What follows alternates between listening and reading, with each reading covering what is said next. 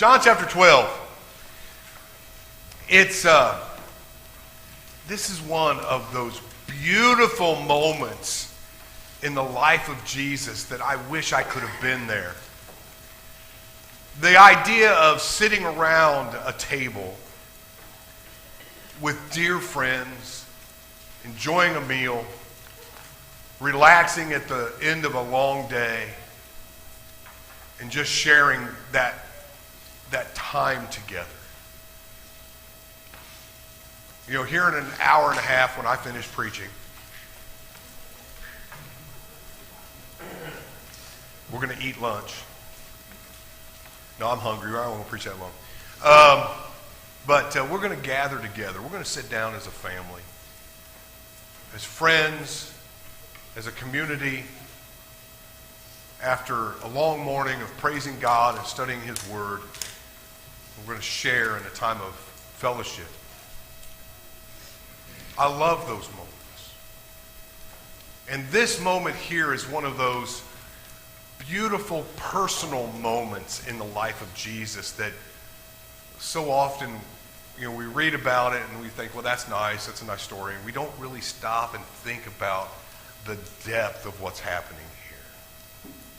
I want to take a few moments this morning and I want us to walk through these 12 verses, just 12 verses here, and look at this story together, and then look at some of the things that we can learn from this story as we gather together. Beginning in verse 1, it says, "And 6 days before the Passover, Jesus came to Bethany, where Lazarus, who had been dead, whom he had raised from the dead, and there they made a supper for him. And Martha served, but Lazarus was one of those who sat at the table with him. Then Mary took a pound of very costly oil, a costly oil of spikenard, anointed the feet of Jesus, and wiped his feet with her hair. And the house was filled with the fragrance of the oil." I want to stop here and I want us to consider the consecration that takes place here. There is a consecration, a crowning, and a lifting up of Jesus in this moment by Mary. And the first thing that we need to consider here is that they make room for Jesus in their home. They make room for Jesus at their table. And I wonder how often we make room at our table for him. Sometimes we don't make room for ourselves. Sometimes we don't make room just to sit down together as a family. But how often do we leave a place open for Jesus at our table, in our homes, in those times, Richard, when it's been a long day, when we need to relax and unwind, when we need peace and rest, do we make room for Jesus at our table? How many of us could do a better job of making room for Jesus in our lives, of giving him a place at our table? The second thing here is that we need to make room for servitude. Mary and Martha are serving the Lord. Now, earlier, Martha complains because she's doing all the work, right? And she wishes Mary would help. But the Lord says to Martha that what she's doing is important, and the love and the hospitality that she's showing to Jesus, he so much appreciates it, and he's so thankful for them and for what Martha is doing. And yeah, Mary probably could have helped a little bit more, right? But she's chosen to sit at my feet and receive from me the words of life. They are both serving in their own way. And here, Mary finds a way to serve the Lord in her home by preparing for his burial, as we'll notice here in a moment. she goes and she spends a great deal of money on this fragrant oil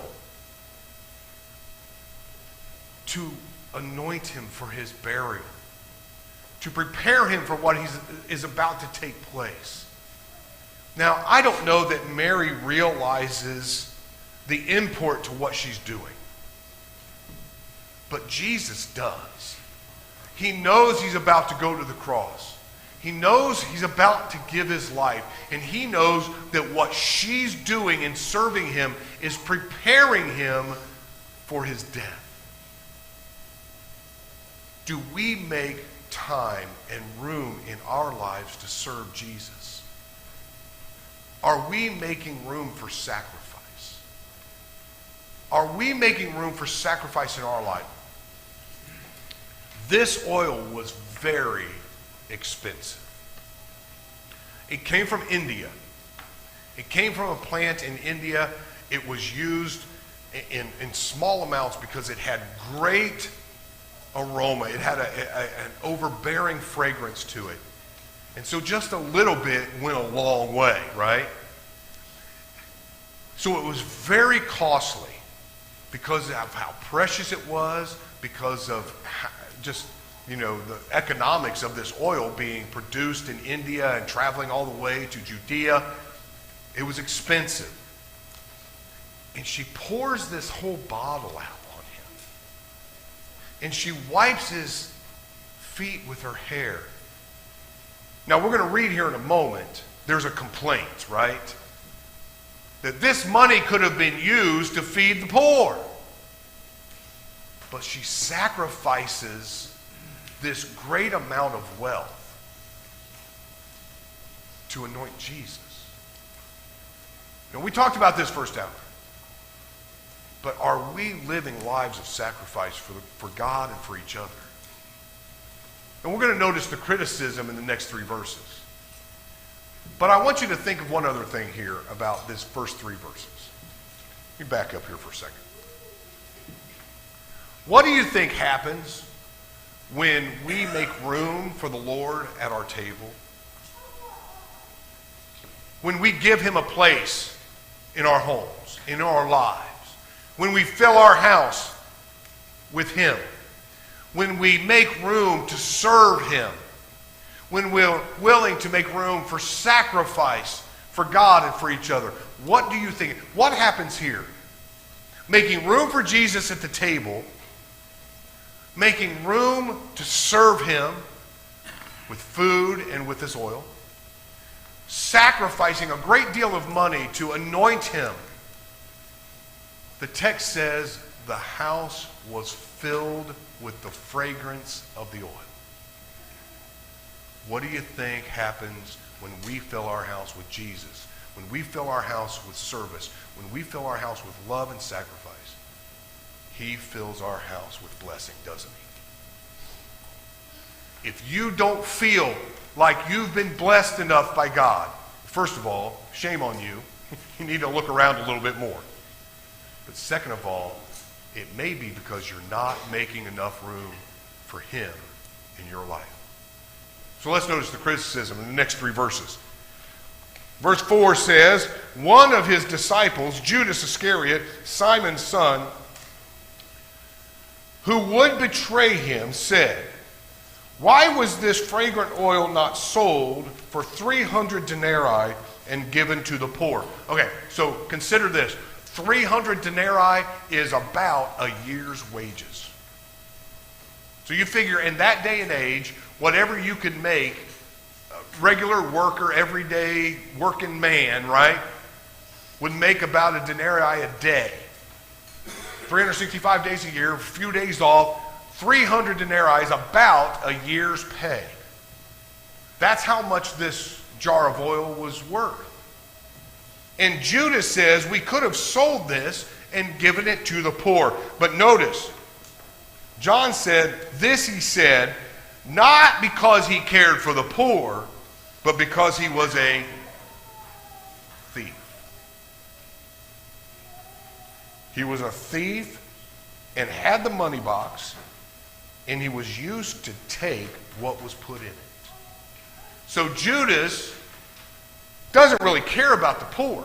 He criticizes the spending of this great sum of money, this year's worth of wages on this oil, just to spill it out on Jesus. We could have taken it and sold it, and we could have given it to the poor. What he really wanted was for that 300 denarii to be put in the money purse, and then he would have taken some of it himself and put it in his pocket.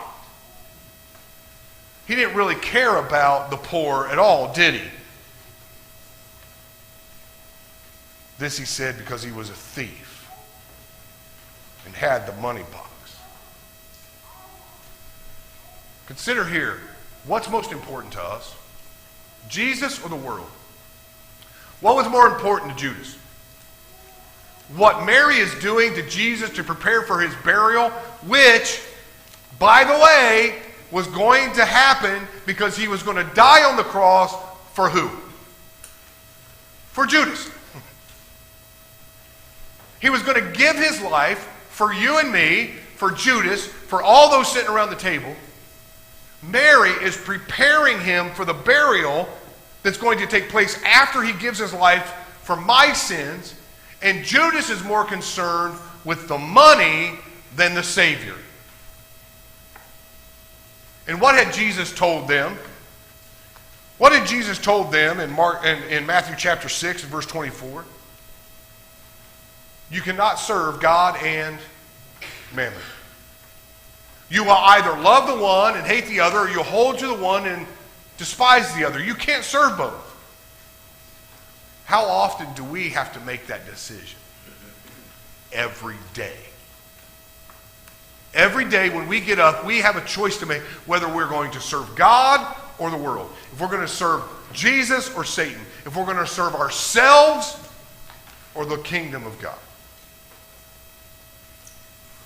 Judas cares more about the world than he does Jesus. He cares more about himself than others. Not only was he upset that this money was being poured out on Jesus and he didn't care about Jesus, says he cared about the poor, what he really cared about was what? He was more cared about Judas than the poor. He was selfish. We need to be selfless, right? Mark chapter 8, verse 34, we are to, if we're going to be his disciple, what do we have to do? We have to take up our cross, die to our own will, follow him. It's not about me. If I want to go to heaven when this life is over, I've got to stop being selfish in this life. I've got to look towards eternity, right? Let's look at verses 7 and 8. But Jesus said. So Judas says, wait a minute, why is she wasting all of this? Look, she's spilling it all over the floor. This is very expensive. She's just pouring it out. We could have sold this and given it to the poor. And Jesus said, you leave her alone. Billy said, leave her alone. Because this she has kept for the day of my burial. The money that could have been spent on the poor, Jesus said, she has set this money aside and purchased this for my burial. For the poor you will always have with you, but me you will not always have. Consider the compassion here. The compassion that Jesus shows. The preservation of the money and his body. She was more concerned as she's wiping his feet with her hair. Can you imagine the tears rolling off her face? The love that she had for Jesus. I want you in your mind to sit there at that table and see this happening. I mean, that's why I put the picture on here. I want us to visualize this woman down on her knees. Colleen did this a few weeks ago with some of our young people. She was talking about the woman who washed The sinful woman that washed his feet with her tears and wiped him with her hair. Now, I think she had Maggie sit over to the side, right? And Colleen got down on the floor and started wiping Maggie's feet with her hair. And the kids were like, the impression, right? This woman loved Jesus so much, she's lying there on the floor at his feet, wiping them with her hair. The compassion for the poor. Jesus isn't saying here he don't care about the poor. Don't misunderstand what Jesus is saying. Jesus is going to say there's a time and a place for the poor. They're always going to be here. You're going to have plenty of opportunity to help the poor, and you should. You need to. All of Jesus' ministry was filled with feeding the hungry, giving water to the woman at the well who was thirsty, clothing the naked, visiting the sick and the imprisoned, healing those who needed healing. In fact, Jesus had raised this man at that table from the dead. Why? We talked about it last week. Because he loved him. He cared about Mary and Martha. He loved them. He had compassion for the poor. But the priority was Jesus. And we need to remember the same thing. The poor are always going to be here. I hear politicians talk about equity all the time, right? What they mean is equity of outcome. Now, I'm all for equality, Kevin, of opportunity. God has given us all opportunity, right? Yeah, we all come from different places, and but we all have opportunities laid before us. And everybody wants equality of outcome. Well, that's great. I'm just going to sit back and do nothing and let Kurt do all the work, and then, Kurt, you just give me half of whatever you make. That sounds fair. It'd be equality of outcome, wouldn't it? The outcome would be the same. But who took control of the opportunity? Me? No. You know, this was tried early on in American history. Some of the first settlers decided to have more of a socialist communist setup. And everybody would share equally what they made. Well, that worked out for the first year. You know what happened the second year? There were some people that said, you know, I worked really hard last year and I don't feel like it all worked out that well for me. I'm not going to put that much effort into it this year. And then their crops failed. And then the other people who worked hard was like, but he didn't do anything.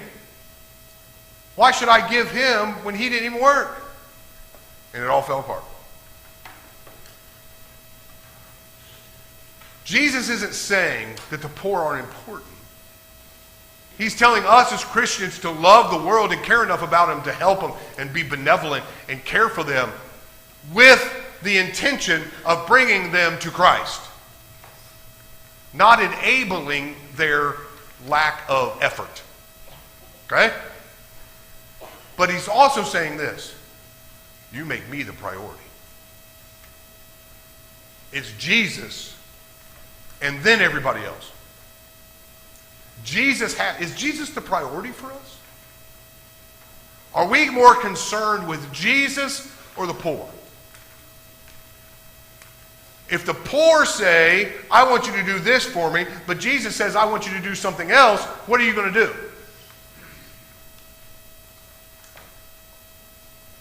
Judas, leave her alone.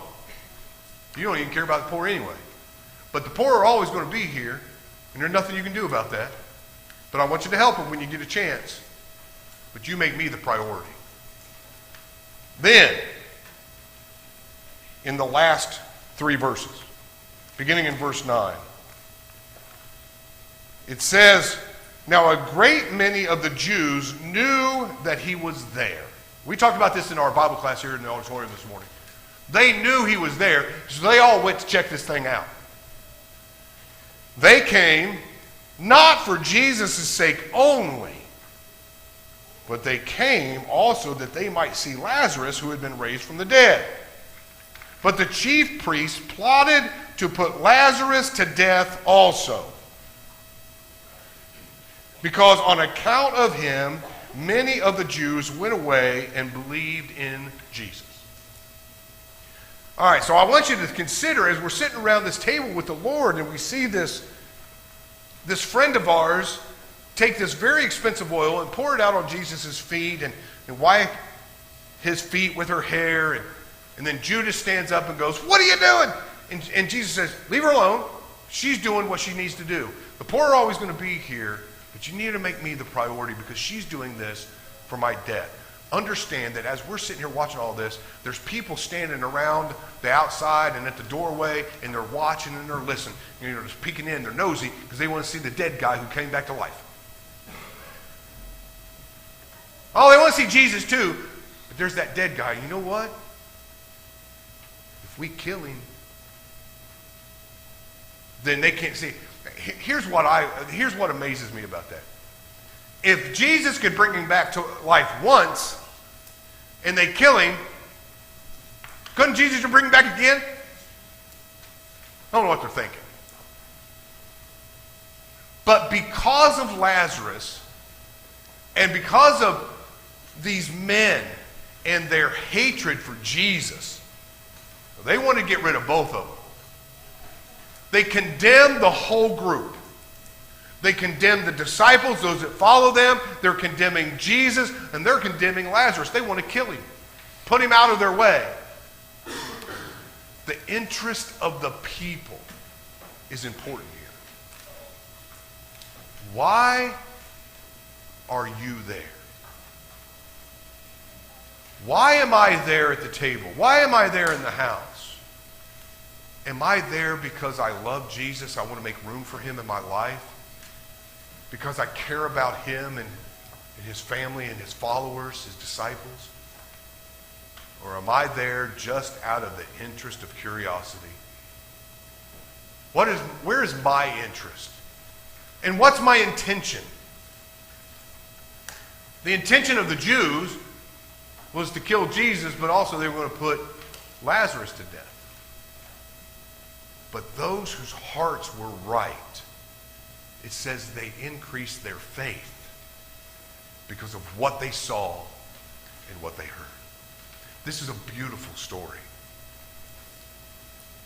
But I think as we consider these things this morning, we have to put ourselves at that table, in that house.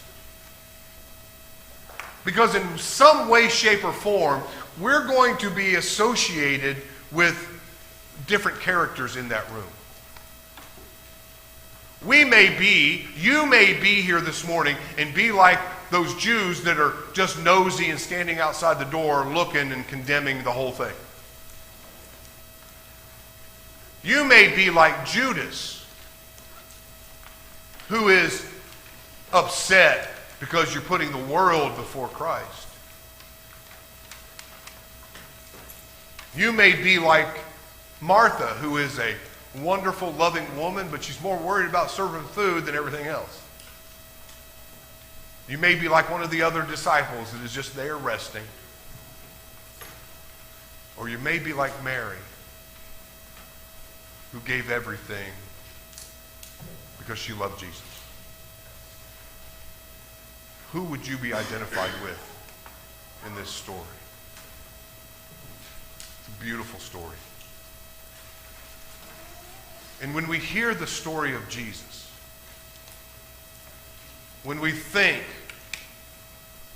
of the anguish and the sorrow, when we think about the nails and the cross, when we consider the life that he lived and the death that he died, what a beautiful story it is. How sad it must make the Father when we reject that love.